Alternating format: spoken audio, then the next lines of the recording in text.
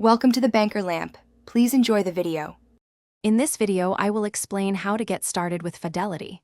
First, you will need to open an investment account, which can be done quickly online.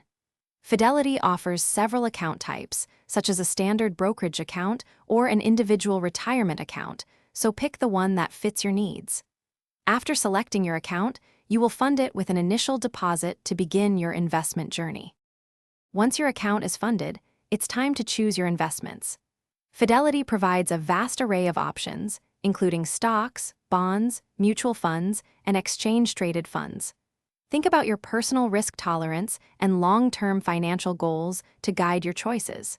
Make sure to use Fidelity's robust research tools and educational materials to help you make informed decisions. With your investments in place, regular account management is key. Keep an eye on your portfolio's performance and make adjustments as needed to stay aligned with your objectives.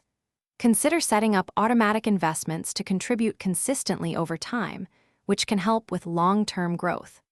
Also, take advantage of Fidelity's extensive educational resources to continuously expand your investment knowledge. To truly maximize your Fidelity experience, delve into their advanced trading platforms and specialized tools for more sophisticated strategies.